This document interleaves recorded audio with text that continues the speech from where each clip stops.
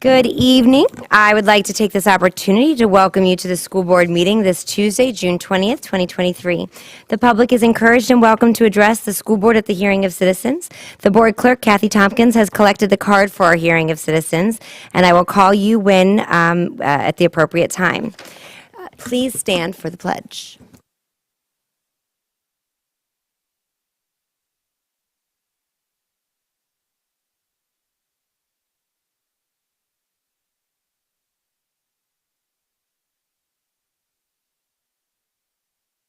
Indivisible, with liberty and justice for all.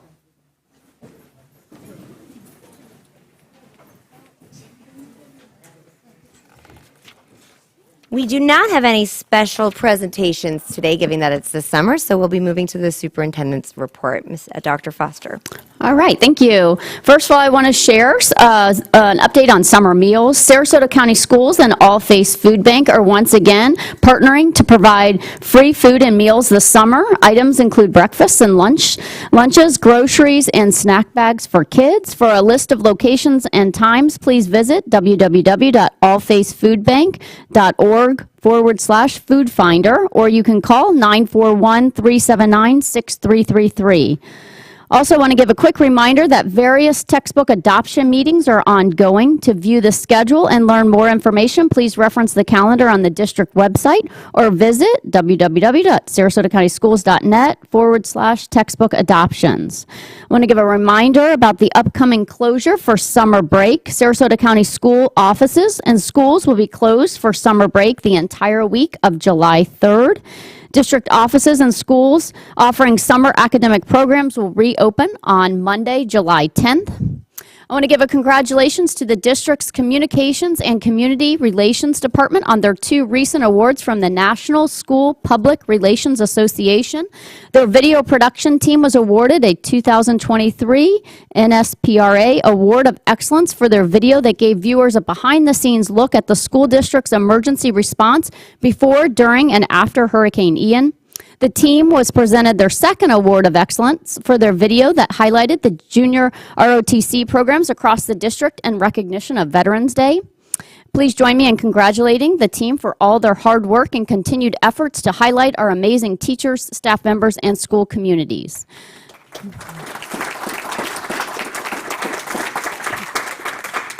I want to do a reminder to register your child for the 2023-2024 school year. Families, if you have not done so already, please begin registering first-time students as well as re-registering existing students for the upcoming school year.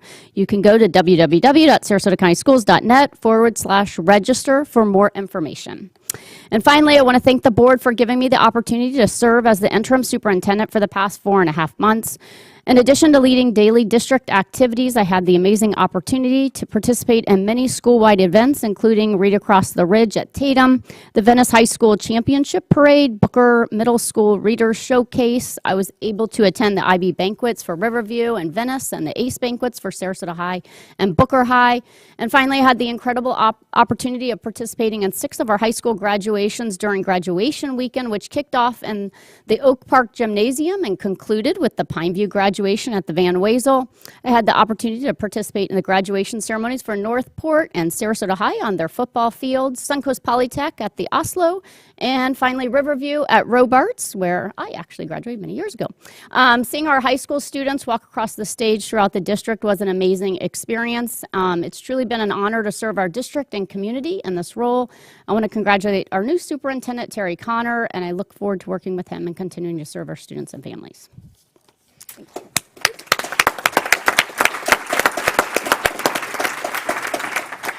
Well, I would like to again thank Dr. Foster for your hard work and your endless days. I know that there were very, very many long days, and I look forward to your continued leadership on this board at the district. Moving on to hearing of citizens. As stated before, I think over the past couple of months, sometimes I know that when people are speaking, there may be a reaction or emotion to the speaker, but we then cannot hear them, and that is the intent and purpose for public comment. So I ask that you please keep your responses or sound effects to nothing. If it does get disruptive, we'll clear the gallery and then allow 5 speakers at a time.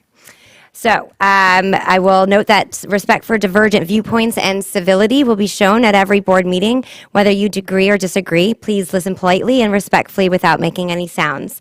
I recognize, as mentioned, there's a lot of passion and emotion with the decisions that come before this board and the impact that they have on our students, families, and staff. As such, I believe it is important that we afford the opportunity for every speaker to be heard.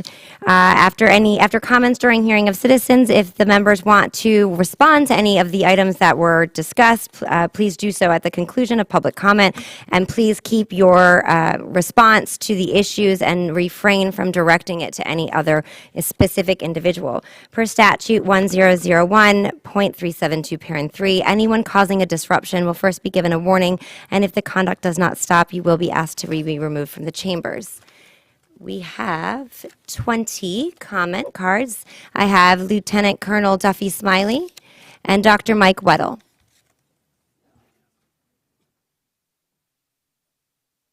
SPECT, Robert's Rules, newly revised 11th edition. I'd like to quote some things relative to civility and decorum that are in here. Debate must be confined to the merits of the pending questions. Speakers must address their remarks to the chair, maintain a courteous tone, and especially in reference to any divergent opinion should avoid injecting a personal note into the debate. They must never attack or make allusion to the motives of other members. That's on page 43. On page 391,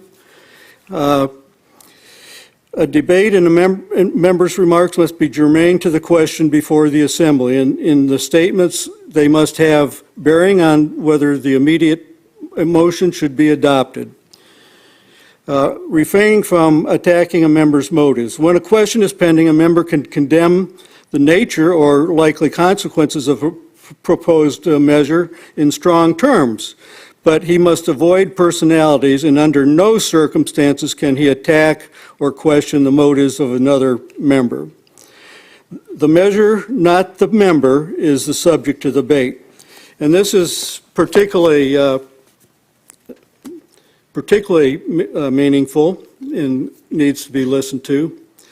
The last sentence in that paragraph, the moment the chair hears the words such as fraud, liar, or lie used about a member in debate, he or she must act immediately and decisively to correct the matter and prevent its repetition. Mr. Edwards, you can't call the chair a liar. You can't tell the chair that you will never ever respect their opinion. You can't tell board members that they are erasing certain students. Your attitude towards the ladies on the board makes them perceive you as a bully. And I've learned that the women's perceptions take precedence.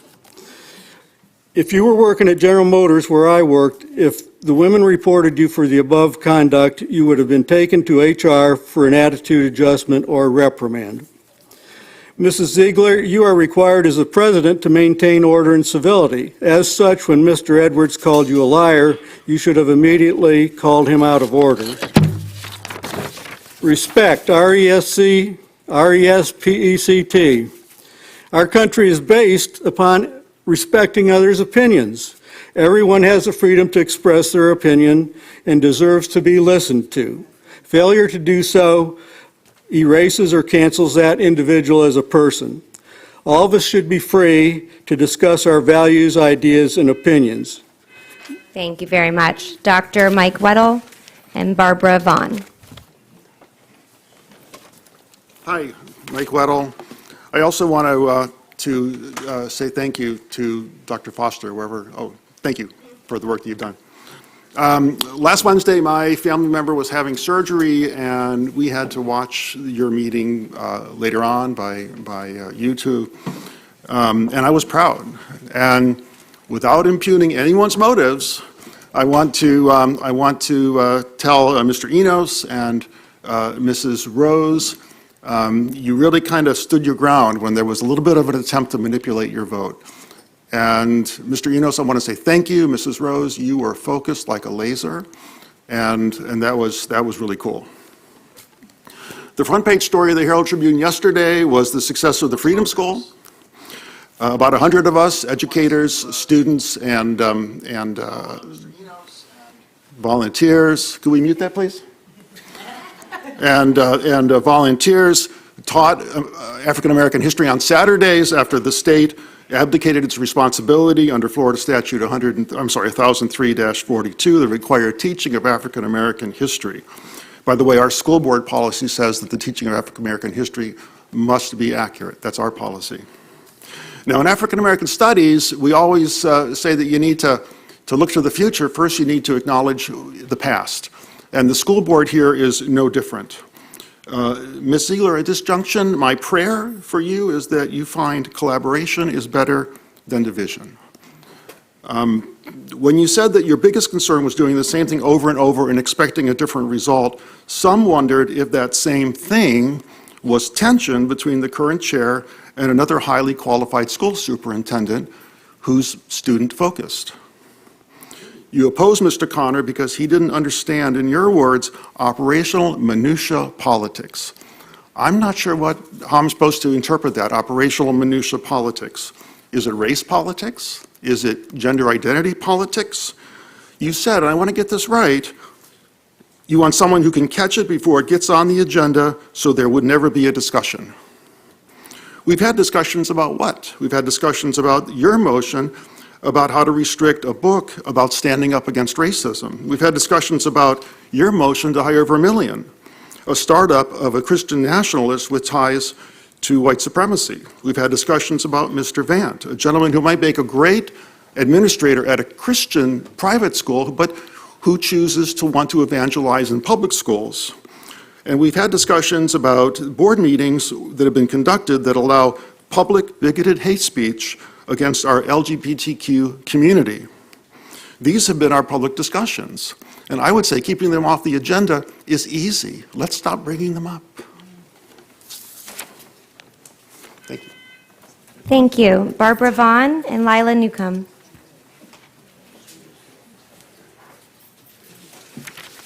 Hi, I'm Barbara Vaughn, and you all know that I come here to pray for this board. But I'm going to do something a little different tonight because I'm very sad.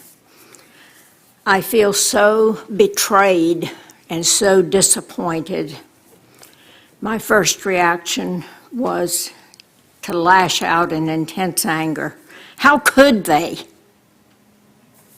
But God was working on me. I was privileged to hear a wonderful sermon the morning after I was so upset. And I was reminded that my Savior tells us to love one another, no matter what. So no matter what they've done, I'm called to love them, and I do. But I don't like them very much right now. And I'll have a hard time forgiving or forgetting what they've done, especially to our children. There are many people who worked harder than I did to get first Karen Rose elected and then Robin Marinelli elected. We all believed that they were conservatives like us who shared our values and our beliefs. After all, didn't the Republican Executive Committee select them? Well, apparently we were all fooled. It appears we just went back to the years of Jane Goodwin and Shirley Brown, who broke the law more than once to satisfy their belief in indoctrination versus education. I will continue to pray for Karen and Robin, as well as the other school board members. I will also pray for our new superintendent and wait hopefully to see how God might surprise us by the way he works in Mr. Connors. I say a prayer of thanksgiving for Board Chair Bridget Ziegler and also for newly elected member Tim Enos, who have not disappointed us. And I pray for Tom Edwards to be found by Christ, to find him and give his heart to him and turn from his wicked ways. Please.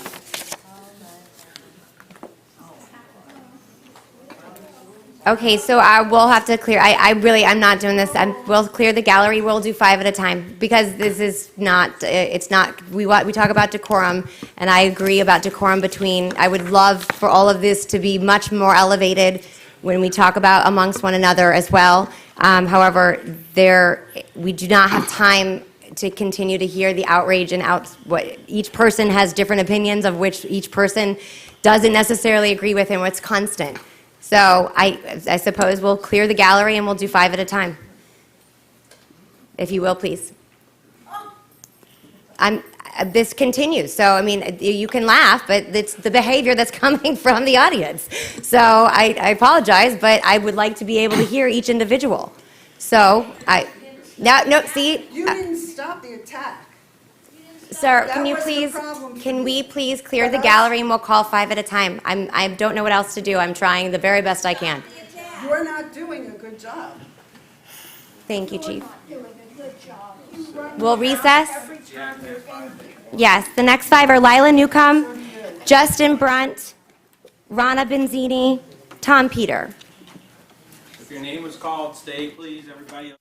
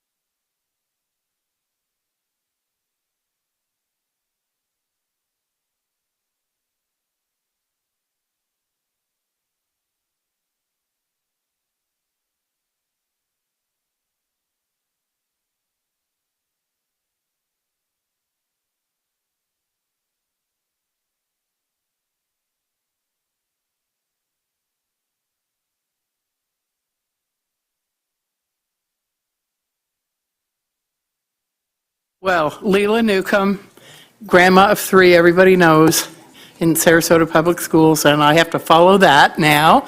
So anyway, I'm going to lighten it up too. I hope no one rolls their eyes at this here silly grandma, because I'm once again going to bring up my little friend, the green M&M girl. Making a point. There's a point. Now, everyone knows that her look was changed from the sexy creature wearing the white go-go boots to wearing the high-top sneakers, making her blend in with everybody else. Why? Well, originally, I thought it was maybe a right-leaning thing. Maybe she was too woke or something, or sexualizing our children. Then my granddaughter suggested that no, I was wrong. It was the left-leaning who were all about feminism and women being treated equally with men. Not a bad thing. Although I have to admit I like the boots, but that's beside the point. So my point is the two completely opposite viewpoints could come to the same conclusion. Right or wrong, the same conclusion. I think that maybe this is similar to what has happened here with the hiring of our new superintendent. Board members who, on other issues, have had some opposing views came up with the same candidate and voted on what they heard and read and not what may or may not have been expected of them from anywhere, except for their own logical brains.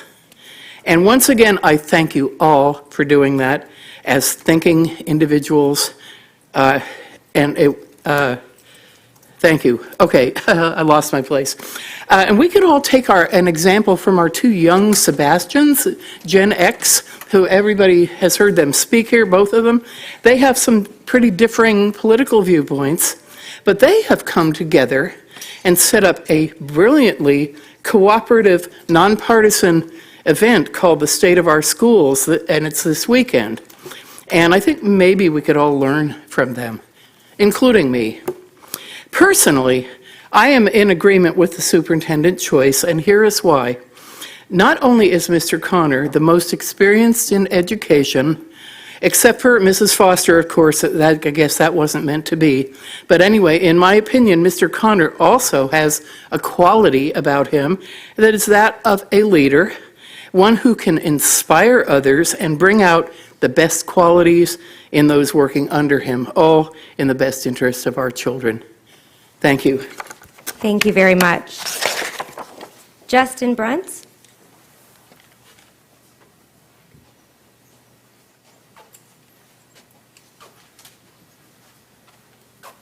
Hello. I'm here on behalf of my group, Florida Straits, my children, and parents who can't speak out in fear of the outcome of bullying and harassment. I think it's important we highlight the importance of promoting equality among all individuals, regardless of race, creed, or beliefs. Segregation based on beliefs is not a way to encourage diversity, but instead fosters a sense of intolerance and anger. So we're here on behalf of inclusivity and diversity. Shouldn't the goal be to ensure that everyone is represented and included, preach openness and acceptance, and actively practice it in our dealings with others? Unfortunately, there's some individuals present in this very room on the board who demonstrated a proclivity to judge others based on their beliefs and have gone as far as using explicit sexual slurs in harassing phone calls and threatening emails that have no place in a professional setting, causing some of us to be terminated from our jobs because of their beliefs.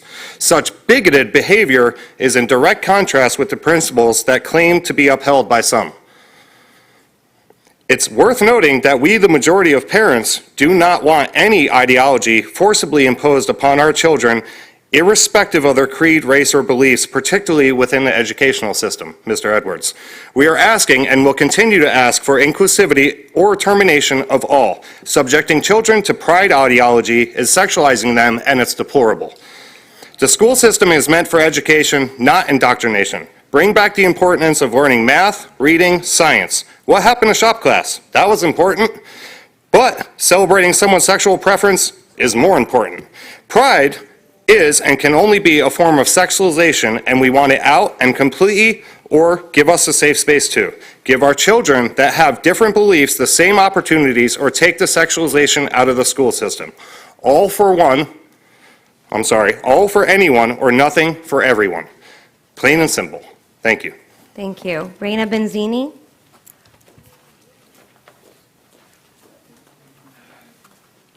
I would like to say ahead, I don't think you had a chance to stop what that woman said because she just said it so quickly, so I'll give you a pass on that.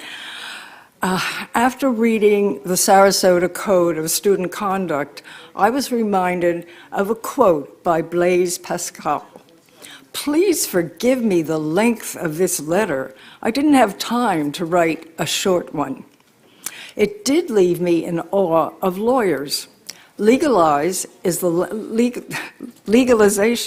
is the language of saying the same thing in multiple different ways. Oh, and acronyms. Oh God, let's not forget acronyms. A BIP is an outcome of an FBA. The BIP is part of an IEP. You get the point. I mean, no disrespect to my legal friends. People love to complain about lawyers until they need one. Admittedly, I am from a different era. In many ways, a simply era. If we did have a student code, I don't remember it. It might have been very subtle or just assumed. But they were deceptively simpler times because we chose to ignore what was under the radar. So here we are, You are tasked with approving a code of conduct, which includes items that should be shocking, but sadly are symptoms of the time we live in. Bullying and harassing have always been among us, but not to the extent they are today. Guns, weapons, drugs. When did schools become so dangerous, or is that just a perception? In any case, we have police officers on our campuses. Oh, and social media and AI. Let's not even go there. Now, you must approve a code of student behavior. I wish you the wisdom of Solomon, the patience of Job, as you discuss and vote on this code. I fear, no matter how you decide, it will be challenged. And I do have a suggestion. This is a non sequitur. I always have to have those. For our incoming superintendent, I hope he will supply us with a glossary of all the acronyms. Thank you. Thank you very much. Tom Peter? Mr. Mendiglia, if you want to come up here and take the next 5 so we can call them in advance. I regret that this is what we have to do, but at some point we will find a quorum in these places. Mr. Peter, Yeah, sorry my name's for Tom your time. Peter. I lived in Sarasota for 35 years. All my children graduated from the school system, proudly. I even taught here for 6 years in the school system. So I want to express my thanks to the board for your decision to hire Mr. Terrence Connor to be our next superintendent. I think that was a great decision, and my hope is that we can start the healing process to move forward. We need to do that in the school system, and I would hope that every one of you would pledge to work with him, to reach out to him, to bring him into the school board in a positive way so we can move forward. That would be the best thing of all things that could happen. We have several big issues facing us this coming year. The state has passed a law, this HB1, that's going to make it very difficult to decide how we're going to fund our schools, which students will be in our schools, which will go to private schools, may come back to our school, go back out to another private school. So there's going to be some real issues on how we're going to deal with that. And this board is going to have to work with Dr. Collins and hopefully Dr. Foster to come up with ways to handle those kids who are in limbo as to where they're going to be actually being taught. The funding of that is super critical. So you've got some big chores ahead of us, and it's going to take an all-hands-on-deck approach with everyone working towards a positive outcome for those students. One of our founding principles has been the separation of church and state. Unfortunately, Florida has gotten away somewhat from this concept of freedom of religion and separation of church and state. My ancestors came to the United States back in the 1700s, really from religious prosecution. And we need to get past all of that, focus on our students, make sure that every student gets a good education. So it's laser focused now on our students, and this is coming up quick. That summer's going to be gone, and they'll be here knocking on our doors. And I'm really excited about the fact we've got a new superintendent. I hope you are, and you'll all come together to give him a big, hug and welcome us into the school system. Okay, thank you. Thank you very much.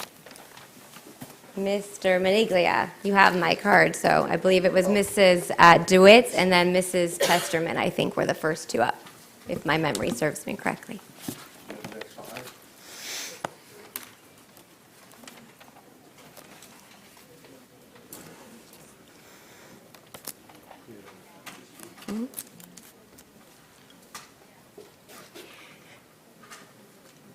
Mrs. DeWitt. Okay. I would like to talk about number 15, the contract with Vernon Kearney Conditioning. I'm asking this contract be pulled due to a lack of transparency. Service types including mentoring, behavior intervention, coaching, character education lessons are not listed. My questions are, why is the actual programs not listed? The actual behavior interventions are not listed. I would like to know the actual name of character ed explained. How is this contract going to be measurable? We paused the character education program, Character Strong, due to Castle connections. Character Strong was an SEL program. My concern is this board is giving access to a third party to our ESE children without details or names of programs. Number 11, Behavior Care, Inc. The types of behavior modification are not listed in the agreement.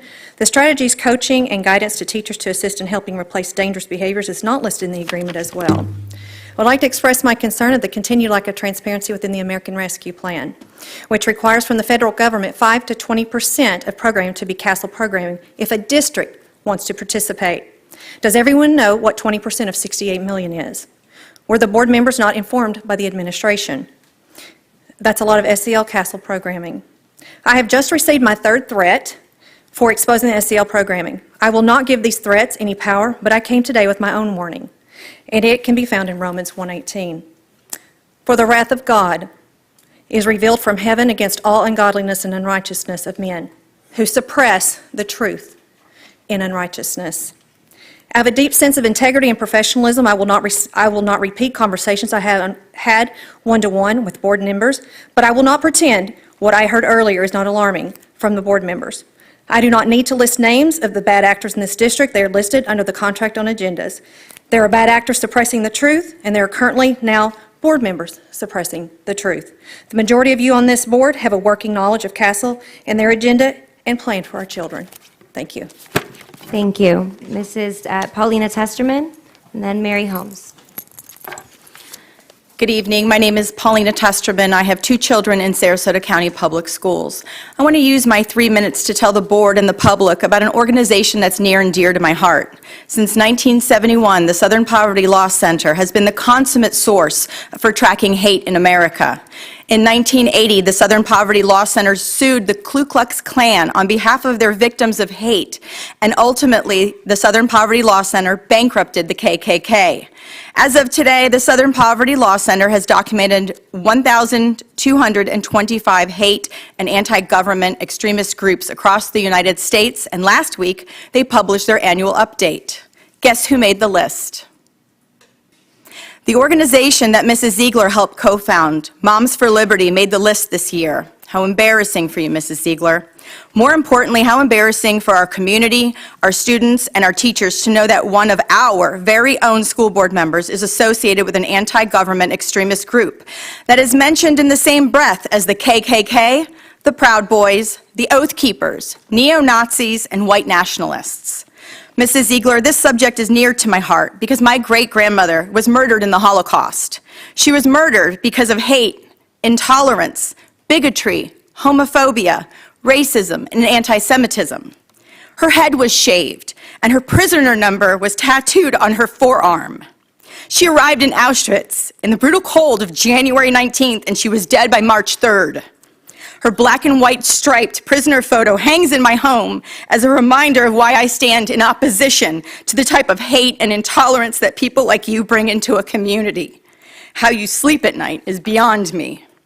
In the 34 years that I have lived in Sarasota, I have witnessed it devolve from an oasis of inclusivity to the mecca of extremism, and politicians like you are to blame.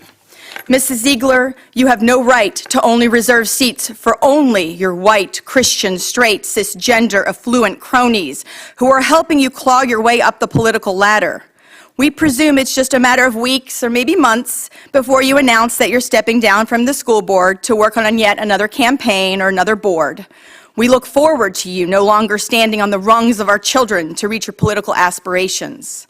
Mrs. Ziegler, our black and our brown children, our gay and transgender children, our Jewish, our Muslim, and our atheist children all deserve a safe space in our schools. Instead, you and your organization, Moms for Liberty, are making these students' lives a living hell as you parade around in homophobic T-shirts.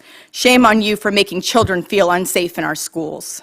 Mrs. Ziegler, I have little doubt that you will try to convince the public that you are yet the victim here and that you are the one being persecuted. But that's because accountability feels like an attack when you're not ready to acknowledge how your behavior harms others. I encourage the public to go to the website and see for yourself. Thank you. Mary Holmes?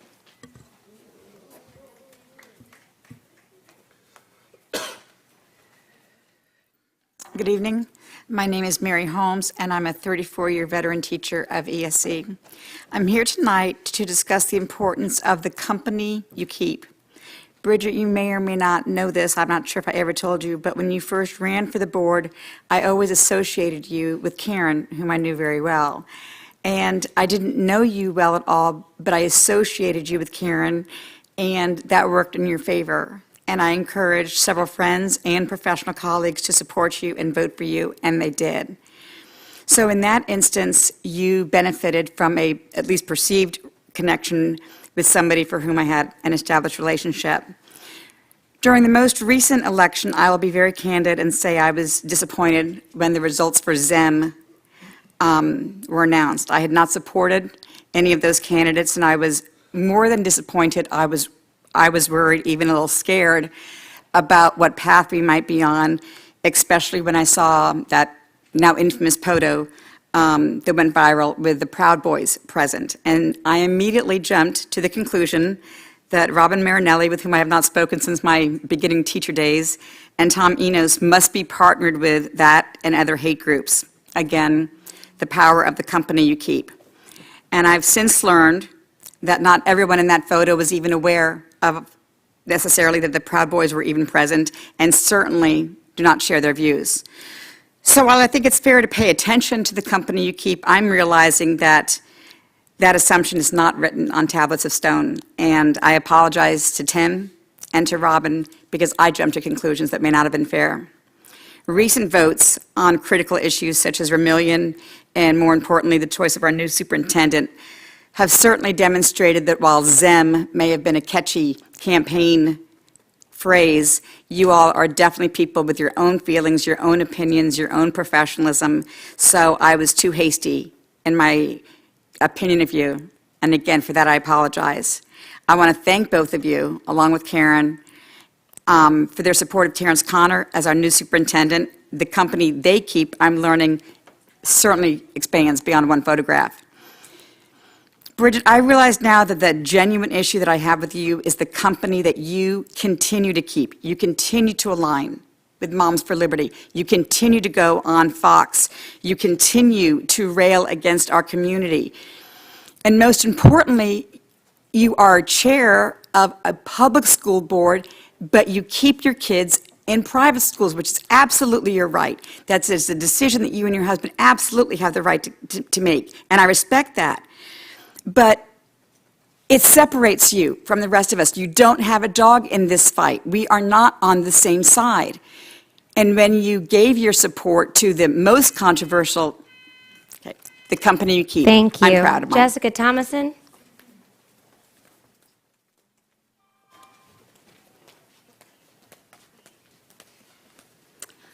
Good evening. I would also like to thank Dr. Foster for the service that you've given to the district these past few months.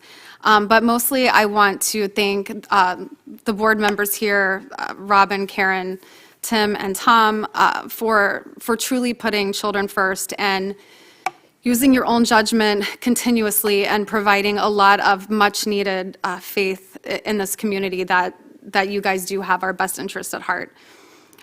Bridget, I don't know what is going on because I used to watch some of the past board meetings and I thought this is someone who really cares about parents and parents' rights and wants parents to be represented. And it's become more and more evident that this is about you, your political motives, and whatever is the next big step for you. And you have consistently isolated yourself from the rest of the board and trying to make some sort of political point. I really don't know or understand it. But I cannot thank Robin and Karen enough for speaking up as educators, as people who, you guys have dedicated your life to education and to helping children. And I'm just so relieved to see you lean on your experience and your own confidence and your own voice to do what's right for these kids. I cannot thank you enough, and Tom and Tim as well. I have a feeling Paulina is right, and that pretty soon Bridget will step down, and that there's a whole plan to have somebody replace you prior to an election. I mean, this is how these things work out. But please just go peacefully instead of trying to take down public education on your way out. I don't understand why you want to do it. I don't understand why you pretend you don't know Jordan Adams. You even said a couple meetings ago, what's his name? Is it Jordan Adams? And Earlier today, you said, I don't have any kind of connection. You're speaking with him in 9 days at a Moms for Liberty summit. How do you not know him? Of course you know him. We all see you lying. I mean, it's beyond the point of even pointing it out. It's so obvious. But thank you again to the rest of the board for recognizing it and not allowing extremism to infiltrate our school district. Thank you. Thank you. Dr. Rebecca Lees.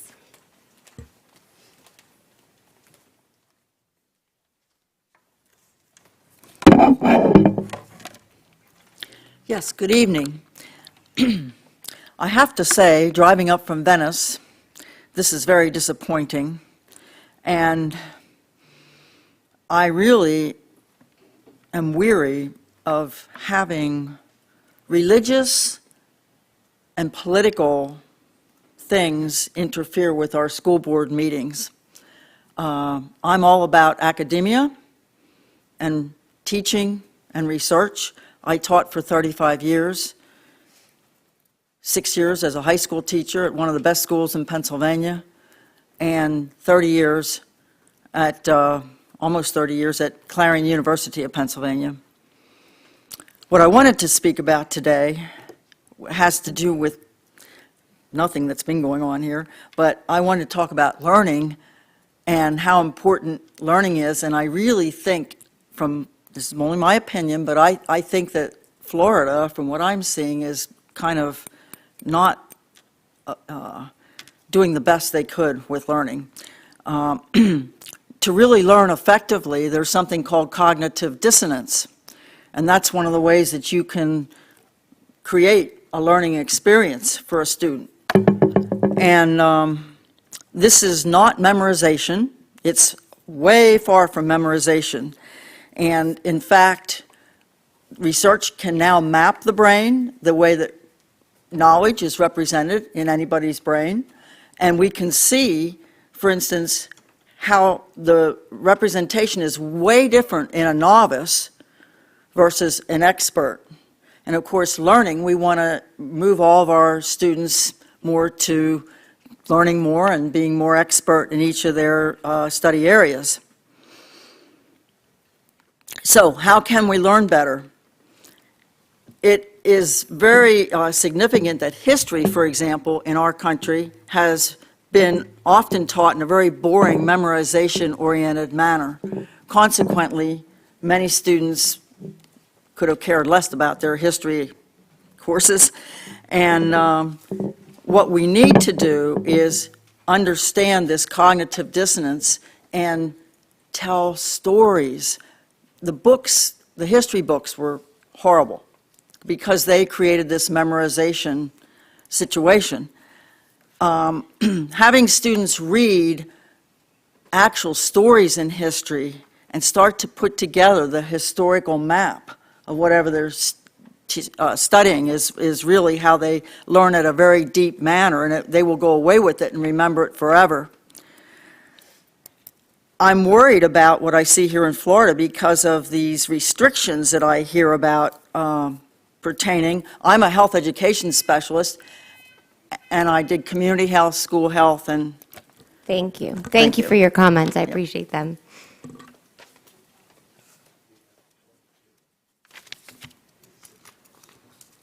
Good evening, board members. My name is Susan Boston. I'm a 15-year Sarasota resident and a retired elementary school principal. I must say this was not the meeting that I had expected, but I'm going to proceed. It was encouraging to see the process used for selecting a new superintendent, Mr. Terrence Connor. I am sure I'm not the only one pleased to see the way the selection process worked.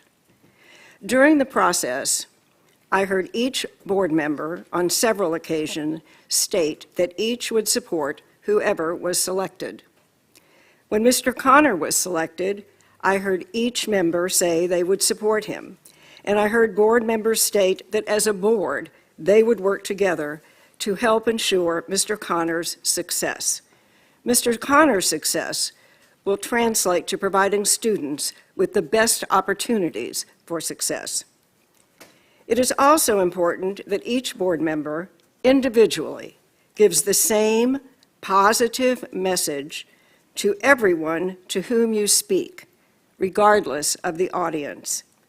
Each board member interacts with different groups within our community, and each has supporters and, yes, detractors. Each group needs to hear the same message. The community's trust regarding the school board needs to be rebuilt, and that is up to you. The communication part is critical. Equally important is what people see. In other words, our individual board members and the board as a whole demonstrating unity. Will people see that if inevitable differing opinions occur, the board demonstrates civility and collaborates respectfully with each other for resolution? Isn't that a life skill that we want our children to learn? Just as teachers set the tone and the climate for their classrooms, you, the board, set the tone for how the community behaves and interacts regarding school district issues. Use your individual skills and knowledge and work together for our children. That is what we expect from you. And please, please, please, keep personalities, politics, and religion out of it. We have the potential for a new beginning. It is up to you, the board, to help ensure that the transition with the new superintendent goes smoothly, and Mr. Connor has everything he needs to help ensure he will be successful in leading our school district. Thank you very much. Norman Wirtz. Hello, Norman Wirtz. I wanted to read some things that I've seen in the paper that I agree with. One of them on the Vermillion matter, which the vote against it was a huge disappointment to both Bridget and DeSantis, as this was a showcase for Florida and the Hillsdale, etc. movement. Our kids were temporarily spared from a movement that has no positive evidence-based outcome besides many other issues. I was also pleased, I was disappointed, I should say, that a candidate for the superintendent who talked about reaching unchurched students and teaching them Christian values made the final cut. Apparently, he was absent the day that they went over separation of church and state. As far as the textbooks go, here was a note that said George Floyd was killed by police officers, but our fragile Florida children must not learn these facts, at least not from their school textbooks. Our governor has caught and fixed such inconvenient truths so that no one feel discomforted by harsh reality. Congratulations to Terrence O'Connor. From another note that talks about a group called Council for National Policy, they say, I imagine every Christian would agree that we need to remove the humanism from the public schools. There's only one way to accomplish this: abolish the public schools. He urged Christians to run for school boards with the intent to sink the ship. I think that's what we're seeing here. It's Parents Defending Education. They're also one of the sponsors of Moms for Liberty's annual conference, along with the Cook Foundation, Heritage Foundation, and Bridget Ziegler's employer, the Leadership Institute, is also one of those. None of these groups, including Moms for Liberty, are grassroots organizations made up of moms. They're all groups backed by dark money. I would like to apologize, though, to Moms for Liberty. They are not a hate group. They are only an anti-governmental extremist group, so we ought to make sure that we understand that. We don't mischaracterize them. And I had more that I wanted to say about them, but I think other people who spoke before me were much more articulate than I was. Thank you. Thank you. Elizabeth Bornstein.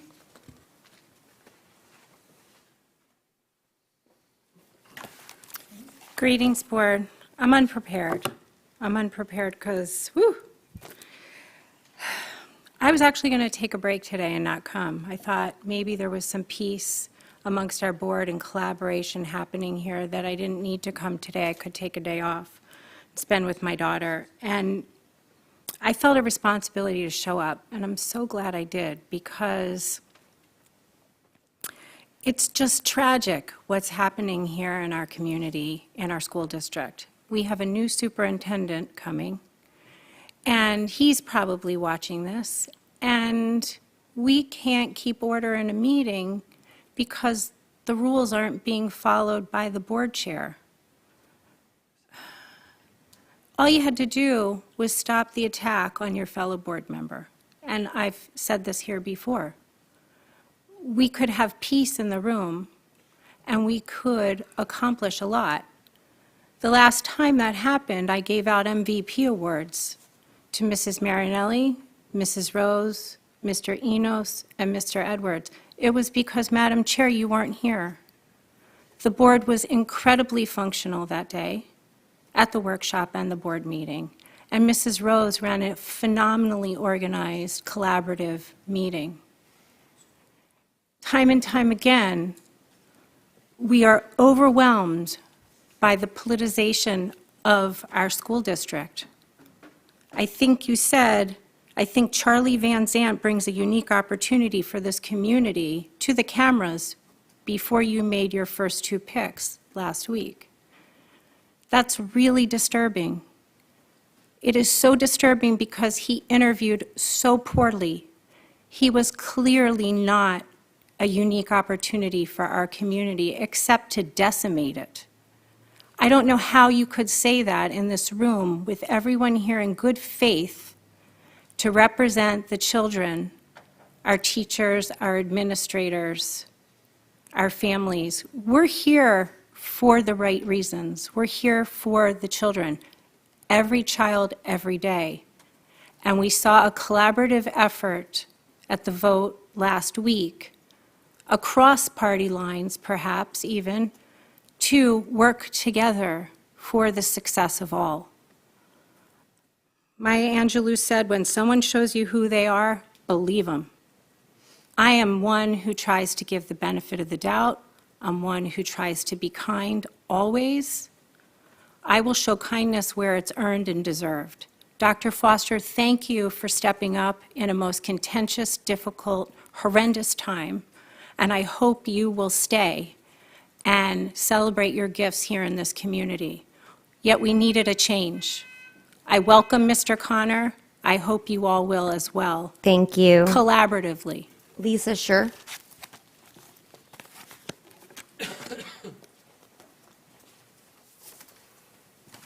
My name is Lisa Schur. I'm a resident of Sarasota. First of all, I'd like to thank you, Dr. Foster. You were the principal at my daughter's school, and she had a really rough time during those years, and you and your staff always bent over backwards. I hope you'll stay, and I hope this board will give her an opportunity to use her talents. The school board today will decide on the approval of the 2023-24 Code of Student Conduct. I'd like to make a suggestion that the board adopt certain sections of the code to govern their own conduct, specifically Section 300.8, which deals with discrimination, and states, students have a right to attend school in an environment where all students and adults are treated equally, without regard to race, color, religion, sex, national origin, age, disability, marital status, genetic information, sexual orientation, gender identity, or gender expression. Attend school in an environment free from discrimination, hostility, bullying, and/or harassment, including sexual harassment or when based on another protected classification. Students also have a responsibility to treat others fairly and with respect. Mrs. Ziegler, I wonder if you think this picture of you proudly wearing this anti-transgender T-shirt, which denigrates transgender persons, would violate the student code of conduct if a student wore it to school. Would your activities with the Moms for Liberty, which you founded and which was recently named an extremist group by the Southern Poverty Law Center for trying to disappear LGBTQ children and adults, violate this code of conduct? Your actions continue to speak so much louder than your words. Not only do you not uphold your sworn oath as a school board member and your fiduciary responsibility to serve all students, you go out of your way to publicly attack the LGBTQ community. The people of Germany kept their heads down and their mouths shut when Hitler made his extermination of gay people a part of his plan to create the perfect Aryan race. The people of Sarasota County are not going to sit down and shut up while you attempt to disappear the LGBTQ population. And lastly, we thought we were done with you trying to shove Vermilions down our throats, but once again, you proved us wrong. Well, if you think we're going to back down on that one, think again. The reason you kicked everybody out of this room tonight is because you're peaked, is the nicest word I can use, because you got pushed back. Well, you ain't seen nothing yet. And if you're leaving in July, move it up a few weeks. Thank you. Sandy Armstrong.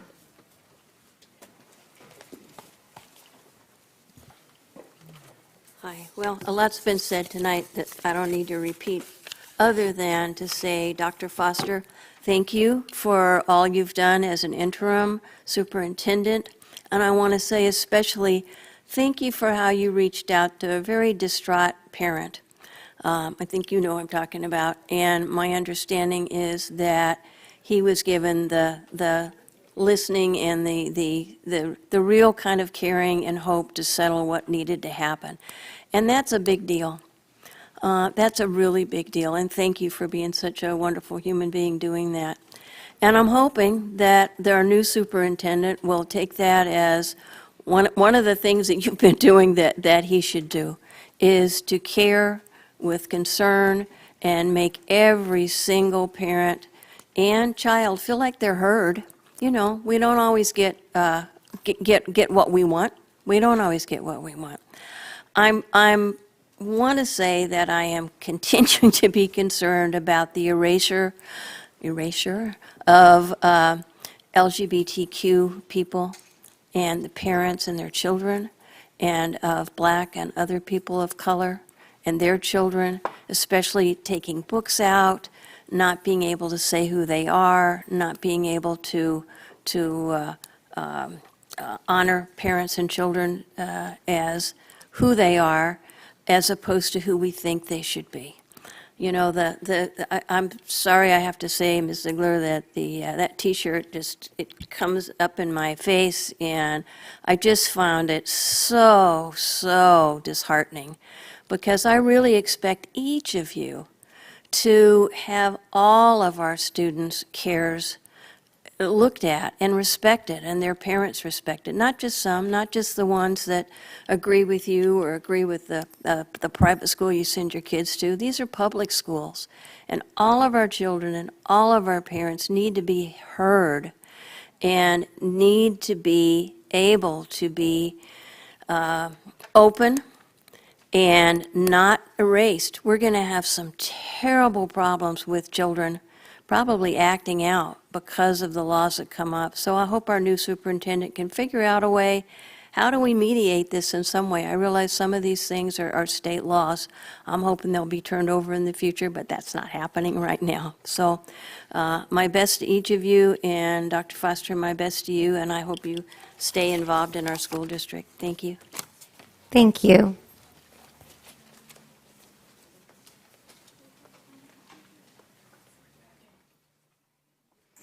Shannon Clement. Good evening, all. Shannon Clement. I am the mom of a child enrolled in our public school system, and I'd like to start this evening with gratitude for what appeared to be a rather objective approach in selecting our new superintendent. Not only will Mr. Connor have a hopefully positive challenge ahead of him in assuming the day-to-day operations of our diverse and robust school system, but the board was certainly in a position where any decision made would have possibly been divisive, as there was no way to really appease everyone. I'm thankful that the decisions were made through the lens of not only experience, but with a focus on ultimately what matters most: each child, every day. When we decide to place our kids into school, any school, be it public, charter, or private, we're doing so not only with the intent to educate them, but also so that they can be exposed to and learn from differing experiences, people, ideas, and viewpoints that will ultimately assist them when they become adults in navigating the world around them, whatever that world happens to look like at that time. Being Gen X myself, I can attest that the world is utterly different now than the one I was born into. But as we make the decision, as we make that selection as parents, we consent to entrusting so much of that to that institution. And it's why having that variety and diversification is necessary, so we can make the right decisions for what our family and young ones need. It's similar to choosing a book at a school or a library, really, when you think about it. There are all these options, and some will resonate with us and some will not, but it's a choice that we make when we're looking at the text. If we choose a book for ourselves and then stand on a soapbox and recite it aloud, we're infringing on someone else's consent. They didn't agree to reading that book, and the intrusion is compounded if the person reading it is so performative that they do so out of context and or to a captive audience. There's a lot of passion in this county, but there are common threads we can all work towards, even if we differ in approach. No one here wants age-inappropriate materials in front of their kids, for instance. We all want reading levels and literacy to improve. We all want fiduciary responsibility and transparency. To circle it back around to recent events, this board was not ever going to be able to make everyone happy with their decision on Mr. Connor, nor will Mr. Connor likely be able to make everybody happy with every step that he takes moving forward. But if we can agree that there are indeed things we can all deem important and work together to find those commonalities, just think of the progress and message that sends to all of our kids. I have hope Mr. Connor sees things this way and that the board is starting to see things this way as well, current events notwithstanding. And I am also confident that we as stakeholders and constituents can start working toward that ends as well. Our kids, thankfully, already do this in those places that we entrust. And maybe, just maybe, I think it's time that we start modeling them instead of them modeling us. Thank you. Thank you. Carol Lerner?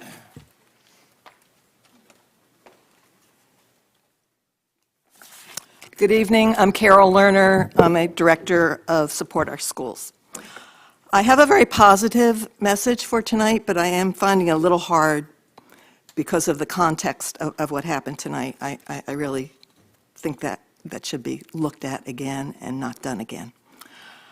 For my comments, I'd like to address my comments tonight to both the school board and to Mr. Connor, who I presume is listening to this meeting. Speaking on behalf of Support Our Schools, I would like to welcome Mr. Connor as our soon-to-be superintendent. I would also like to thank the school board for choosing Mr. Connor as superintendent. Support Our Schools believe he was by far the most qualified candidate due to his long career starting as a teacher and working his way up to assistant superintendent.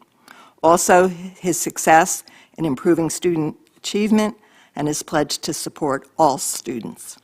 Support Our Schools will continue its role in fighting for and organizing around the protection and advancement of strong, public, in caps, school. We are committed to ensuring that our Sarasota Public School remains innovative and high quality for all students, and that reasonable parent rights for all, not parent rights for a few, are respected. And that all students, be they LGBTQ or not, black, brown, or white, be respected. Support Our Schools also views student achievement and success as one of its primary goals and is one that we will focus on in the months ahead.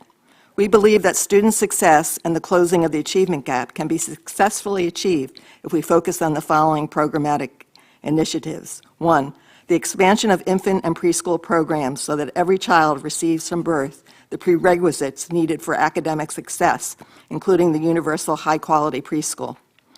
We were elated to hear that Mr. Connor will prioritize this approach. 2, the implementation of the community school model at all Title I schools. Support Our Schools believes that providing families and their children with quality medical, social, and education resources can be a game changer in improving student success. We are ready to lend our support in phasing in this model. 3, the development of dual language programs for English language learners, a group of students with some of the lowest levels of achievement in the district. Sarasota has a successful model at the Dreamers Academy Charter School that could be replicated in Sarasota schools. Studies have shown that dual language programs not only help ELL students, but also the English-speaking students thrive in these settings and become fluent in a foreign language. 4, a focus on making our special education programs, ESE as we call them, the best in the state by implementing innovative, family-friendly services and using well-tested, state-of-the-art models of delivering ESE educational services. We look forward to working with the board and Mr. Connor on these projects. And also, thank you, Dr. Foster. Thank you very much. Mary Ann Turrell.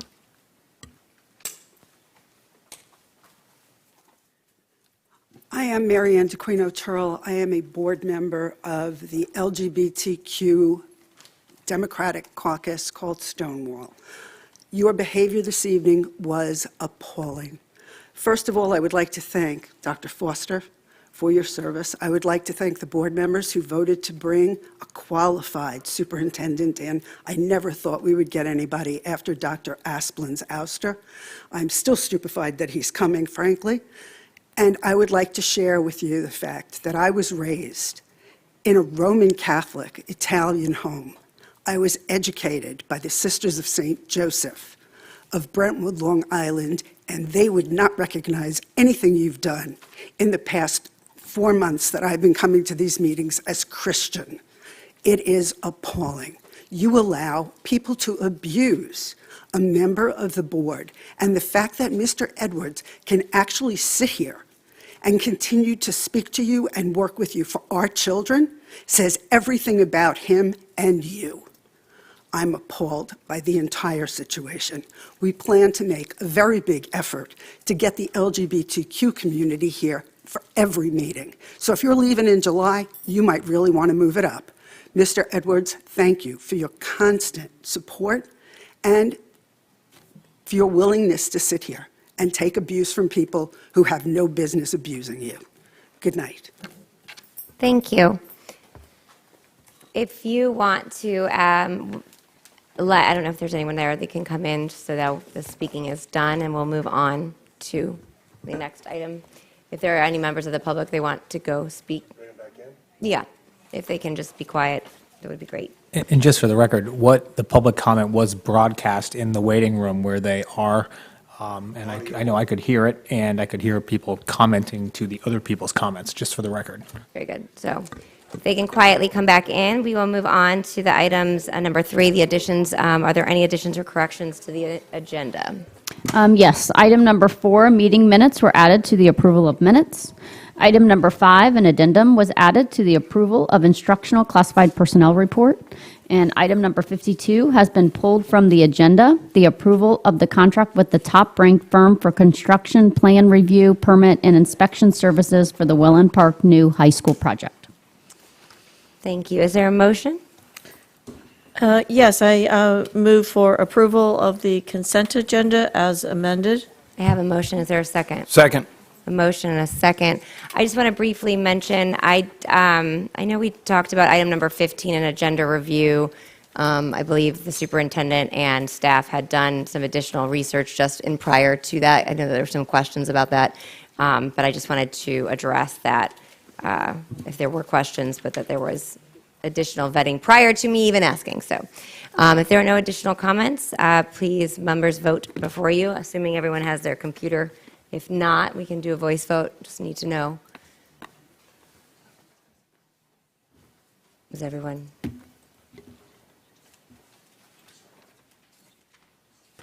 I can't see that far. Were you able to vote? We'll just do a voice vote. Mr. Edwards? Yes. Mr. Enos? Yes. Mrs. Rose? Yes. Mrs. Marinelli? Yes. And the chair votes aye, and the consent agenda as amended passes unanimously. Moving on to new business, item number 52. I'm sorry, excuse me, item number 53. Is there a motion? Yes, Madam Chair. I move for approval of the new job description for Director of Safety and Security and Emergency Management Safety Specialist. I have a motion. Is there a second? Second. I have a motion and a second. Are there any comments? Seeing none, please vote. Uh-oh. Okay, we're just, all right, we're going to do a voice vote. Sorry, Mr. Edwards, we'll start with you.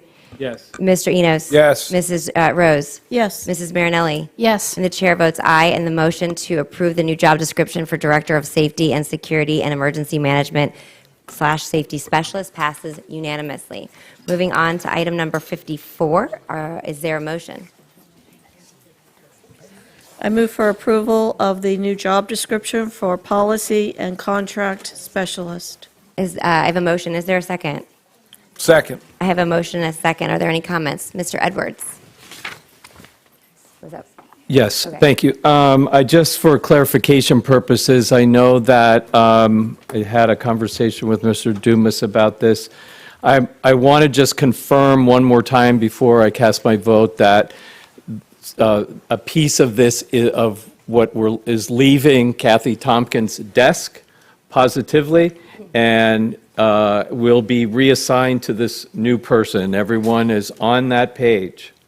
Thank you. Thank you very much. Thank you. And I will add, I think this is a very good added position to provide some efficiencies for both public and board, and I think it's been longly needed. Longly needed, if that's the right word. Are there any, did you, Mr. Enos? Yeah, so that's just for the public. This will be where, as we discussed, will be a clearinghouse for the contracts within the district so that anything that needs to go through, that we all have that accessibility to see all the contracts.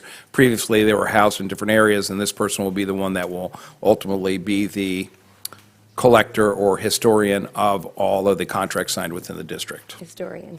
I say historian as a... No kidding. Okay, I have a motion and a second. No additional comments. Members, if you can please vote. We'll do a voice vote. Mr. Edwards? Yes. Mr. Enos? Yes. Mrs. Rose? Yes. Mrs. Marinelli? Yes. And the chair votes aye, and the motion to approve the new job description for policy and contract specialist passes unanimously. Moving on to item number 55, is there a motion? Madam Chair, I Oh, move yes, so go ahead. You're recognized. approval of the new job description for school safety officer. I have a motion, is there a second? Second? I have a motion and a second to approve the new job description for school safety officer. Are there any comments? Yes, ma'am. Mr. Enos? Also, in reference to the board, I thank the board as in, we look at making sure that we're providing the very best that we can as it relates to our students on our campus. They have to be safe in order to learn. Our staff has to be safe before they learn. One of the things I also thank Dr. Foster as part of this plan is to overall increase the safety and security at our schools with the right now with the security monitors and specialists that you'll see they come up. This is all part of the program to make sure that we again will lead the state of Florida as the safest school district in our state. Thank you. Mr. Edwards? Thank you. For clarification purposes for me, I'm interested in approving the classification that was number 7, and I need to know which one of those two that is. I'm sorry, was number 7? It was classified, I think we were moving SSP 7 from, and 11? from classification 4 to classification 7. Which of, is that 55 or 56? Dr. Foster, could you address, or Mr. Dumas? Because now, 55. oh, I thought you were quick. 55 is the one that's moving the SSP 4 to an SSP 7 position of the security monitors. Thank you. Very good. Are there any additional questions? Okay, we'll do a voice vote, and we'll start with Mr. Edwards. Yes. Mr. Enos? Yes. Mrs. Rose? Yes. Mrs. Marinelli? Yes. And the chair votes aye, and the motion to approve the new job description for school safety officer passes unanimously. Moving to item number 56. Is there a motion? I move for approval of the new job description for safety and security coordinator. I have a motion. Is there a second? Second. I have a motion and a second. Are there any comments? Mr. Edwards? And for clarification. Oh, Mike. This is moving classification 7 to 11? This is adding an additional, a different position that would be an 11 that is higher than the 7. So 1 11 potentially at each high school is what, and we'll continue to discuss that in executive session. But that's what this position is. It's the SSP 11 position. Thank you, Dr. Foster. At this moment, I am not prepared to support this. I believe there's further discussions that will be happening in a security meeting tomorrow, and from my perspective, I won't be supporting this until that meeting has occurred. Thank you. So, and this is, we discussed this earlier, because we're having an executive session, another one, which I have to applaud the board in our continuation as we look at properly and how we want to spend money with the priority of safety and security enhancements. my understanding, correct me if I'm incorrect, Dr. Foster, is that this, because there is some outstanding decisions, I think I would include myself on that as well, as to the 7, this is like code word, it's a salary, the 7 or 11, the salary schedule, but creating a position for that if we choose to, but that would be determined based on whether we move forward. It has not funded yet, or a budget's not approved for that now. I would argue even creating a job before we want to fund it is a fair argument. Dr. Foster? Yes, that's correct. So this is something that was proposed, but the board has not decided if they want to move forward with this particular position. And it's my understanding this is just, we're just approving the job description, not a total of number of people or anything as it relates, it's budget related. It's just as what is the position entail in reference to as we move forward budgetary in the future. That's correct. May I, if we have July 18th as our next board meeting, budget approvals after that, I might, I would prefer to table it because I think there's some outstanding questions, unless, and I can do that by way of motion, but I think that we are in a kind of a reverse because of our workshop being, or I'm sorry, executive session being tomorrow. And again, there's just approving a job description does not mean we're hiring for it, but in principle, I would say that it's premature in my idea. I would also agree, I'm prematurely not ready to commit to adding that because I'm not sure if that's the direction I want to go. So I would actually move that we amend and pull this to item number 56 to and. Point of order, Madam Yeah, go Chair. ahead. If I will rescind my second as Ms. rescinds her motion. So moved. Thank you. It's a lot cleaner than this. I'll just add too, there is a upcoming board meeting to approve the superintendent's contract which is after your executive session on security. So if you are able to resolve those issues at that time, there is a space where you all are going to be together at a notice meeting that it could be re-added or untabled or whatever you want to call it. Very good. So we will, okay, very good. So we have pulled 56 for the moment. Then moving on to the last item of new business is 57. Is there a motion? I like this title. I move for approval of the new job description for parent education navigator. I have a motion. Is there a second? Second. I have a motion and a second. Are there any comments? Can we articulate the very cool name of parent educator navigator position? Yeah, no, actually, this is a very exciting position. We've had the position kind of funded part-time through a collaboration with the Community Foundation and looking to put this under Title I and fund it. We would fund the position, and then the Community Foundation would continue to fund the support of people going through it. So basically what the position is, it is somebody currently, they're working with Alta Vista, ME Booker, Gosho, and Tuttle, and basically it's working with the parents and helping parents to kind of navigate and secure permanent positions. So trying to get into specific positions. It started initially with a CNA program and has expanded to help some of our parents get into even 4-year degree programs. And the Community Foundation helps to support the funding for coursework that the parents want to take. And the idea is if we're supporting our parents, then that also helps our students. So kind of a neat program, I think, and funded, would potentially be funded through Title I dollars. Very good. Are there any additional questions or comments? Excuse me. All right, we'll take a voice vote on this as well. Mr. Edwards? Happily, yes. Mr. Enos? Yes. Mrs. Rose? Yes. Mrs. Marinelli? Yes. And the chair votes aye, and the motion to approve the new job description for Parent Education Navigator passes unanimously. That concludes all of our items on new business. Are there any additional comments? Mrs. Marinelli? Thank you, Madam Chair. I would just like to address when one of our speakers was talking about the castle, and I thought I heard number 15 and number 11, and then you had stated that there was discussion with staff. So I want to just clarify my comments that I said earlier. I am not saying that CASEL is not, or SEL is not in our curriculum. What I was stating that it is seems to be everywhere. And as we work through this, we can't stop instruction. And through finding whether it's a community member that brings anything to our attention, or staff or board members, we need to investigate it. But we can't put the whole instructional process on hold as we go through that. So I just want that clarified, that I'm not saying it's not there. We just need to work through the process and have staff check it out when it's brought to our attention. But I wish, Madam Chair, I don't know if we can, and I'm trying to go back, but I just don't understand on number 15, when it said it was brought up in cabinet.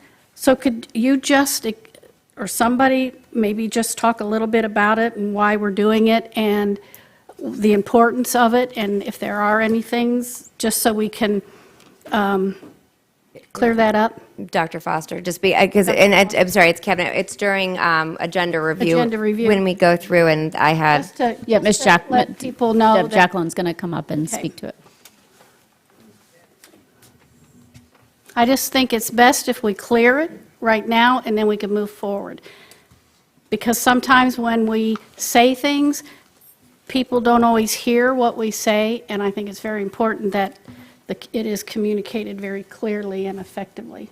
Thank you, Ms. Jacqueline. problem, let me get to the right page. And just for the record, we're referencing item number 15, which was on the consent agenda, which was the approval of a contract between Vernon Kearney Conditioning, it's not shutting, I can't, oh, there it is, which is actually a renewal of a contract, but, and there, last year was some questions around a contract, and during agenda review, I had raised, was this the one of issue? I don't, and it was noted it wasn't, but I will defer to the reassurance I was provided I just think we need to let by the Mrs. community know Jacqueline that. and Dr. Foster.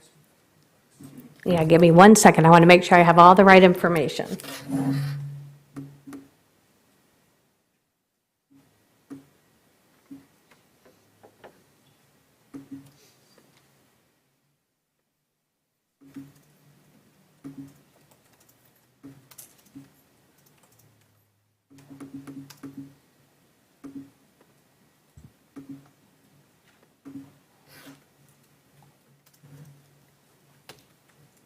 Okay, Vernon Kearney is a mentor who we contract with, and this past school year, he worked with students from McIntosh Middle School, Brookside Middle School, Oak Park School, Sarasota Middle School, and Triad. And his role is to work with at-risk youth who are in need of mentoring. Students come to him through referrals from the school-wide support team, and parents give consent for him to work with their students on skills and mentoring. And we will continue with him for next school year at 5 schools, 5 middle schools. Thank you, Ms. Jacqueline, and parental permission is given. Thank you for that clarification. Thank you very much. Thank you. I'm sorry to put you on the spot like that. No, it's but okay. I just wanted to make sure I had that. Thank you for that. And just to elaborate on that piece, not the item, but based on the discussion that was made before, as I mentioned at the workshop, as for Castle, I am happy to continue to bring any information that I have for the board to review.